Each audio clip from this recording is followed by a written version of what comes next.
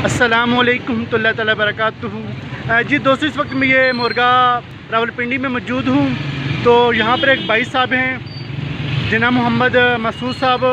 तो ये मुक़द्दस राह के हवाले से काम भी करते हैं और साथ आप देख सकते हैं ये बाइकें भी चला रहे हैं और ये आपको तमाम मुक़द्दस राह यहाँ पर नज़र आ रहे हैं। तो आइन से बात करते हैं, ये बाकी जो तमाम बाइकियाँ हैं उनको क्या पैगाम देना चाहते हैं।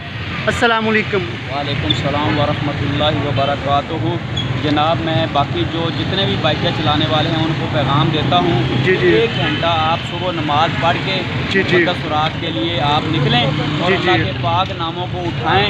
गंदगी के ढेरों पे जाएं, कचरे में जाएं, वहाँ से बहुत से बेशुमार और आग निकलते हैं। जी जी। और माएँ बहनें शापरों में डाल के पैंपरों के साथ बांध के अखबारें जिन पे सूरत बकरा का तर्जमा होता है तो वो डाल के महसूस सब जैसे पूरे बाइकिया वाले मैं अक्सर देखता हूँ स्टॉप पे 2-2 3-3 घंटे खड़े होते हैं, उनका सवारी नहीं मिलती। सवारी नहीं लेकिन आपके साथ क्या मामला होता है, मुझे ये बताएं। मेरे साथ ये मामला होता है, जिस जगह पे मैं खड़ा होता हूँ ना, मुझे सवारी ना मिले थोड़ी देर, जी जी, तो मैं उसी जगह घूमना शुरू कर देता हूँ। सुभान अल्लाह, सुभान अल्लाह। मुक़द्दस सुराग ज़मीन पे होते हैं, खिड़की में होते हैं, वो मैं शापर में साथ साथ डालता रहता हूँ। माशाअल्लाह माशाअल्लाह। अब भी मैं यहाँ आया हूँ, अभी जी। एक सवारी उतारी है। जी जी। तो अभी मैं घर की तरफ जा रहा था। जी ये मुझे अखबारें यहाँ से मिली हैं तो ये मैं अखबारें उठाने शुरू कर दी हैं।